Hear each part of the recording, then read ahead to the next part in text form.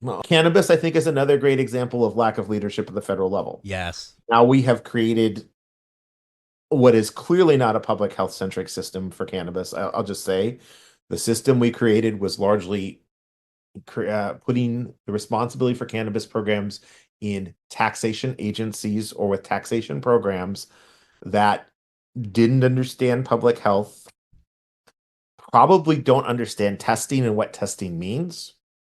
As our audience knows really well, just because you get a negative result does not mean the food is safe and is not contaminated. It means that one That's spot you right. happen to test was not contaminated with a pathogen. Not, and you should not assume the opposite, where it's almost the opposite assumption in the cannabis space right now. Not to mention, I've had cannabis operators openly tell me I won't go to that lab because they'll actually find something.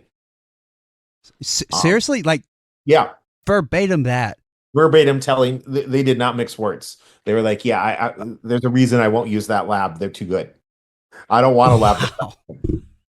Wow. And I was fascinated to me. And of course, this is part of the state law that they're required to do this testing and those sorts of things. And Yeah. the laboratory report the results. And they were like, "No, we're going to choose one that's not as good." And it was like, okay, well, that's not what I would expect. And frankly, I will tell you that is pretty different from the food industry. I don't hear those words from the food industry.